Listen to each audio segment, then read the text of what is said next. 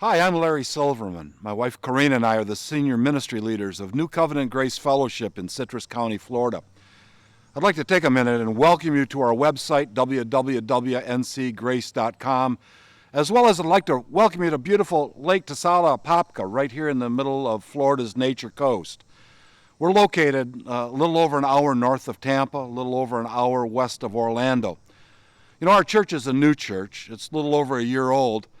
And being so, sometimes people come to me and say, well, Larry, why do we have to have another new church when there are so many already in existence in our area? Well, my answer is simple. I really feel that years ago the Lord spoke to me in church planting and said that unless our church is unique, it really has no right to exist. I feel our church is unique, and I'd like to just share just a couple of points with you about our uniqueness. Number one, we believe that the last words that Jesus spoke on the cross are very, very important. He said, if you remember right, it is finished.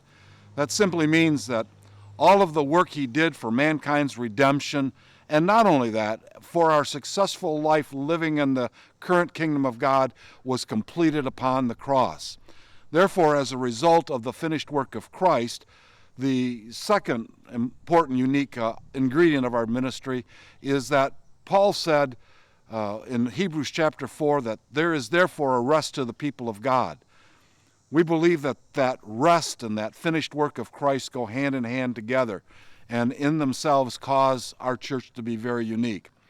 You know, many times people are trying to serve the Lord by some type of law. Not necessarily always the law of the Old Covenant found in the Old Testament, but oftentimes people come up with laws of their own making, of their own choosing, that they feel by following these rules and regulations, these laws, that somehow God would be more pleased with them, that God would be happy with them, and therefore they'd walk in the greater blessings of God. That's not rest.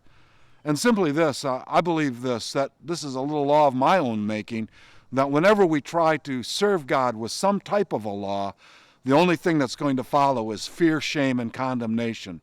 And those are great enemies to any of us who are living in this wonderful new covenant of grace. You know, lastly, I'd just like to state this. We feel that it's a part of the mission of our church, one of our goals, if you will, that when people attend one of our services, they're going to leave feeling better about themselves than when they first arrived. We may not be perfectly achieving that goal yet, but you know what? We're doing a pretty good job. And the testimonies are just remarkable about people coming and finding this wonderful peace that God has given them as they understand what New Covenant grace is all about. I would just like to close this video with stating Paul's wonderful great blessing found in every one of his letters. He mentioned in every one of his letters these words, grace and peace. And I'd like to pronounce that blessing over you today. I'd say grace and peace to you and everything you do. May God bless you greatly.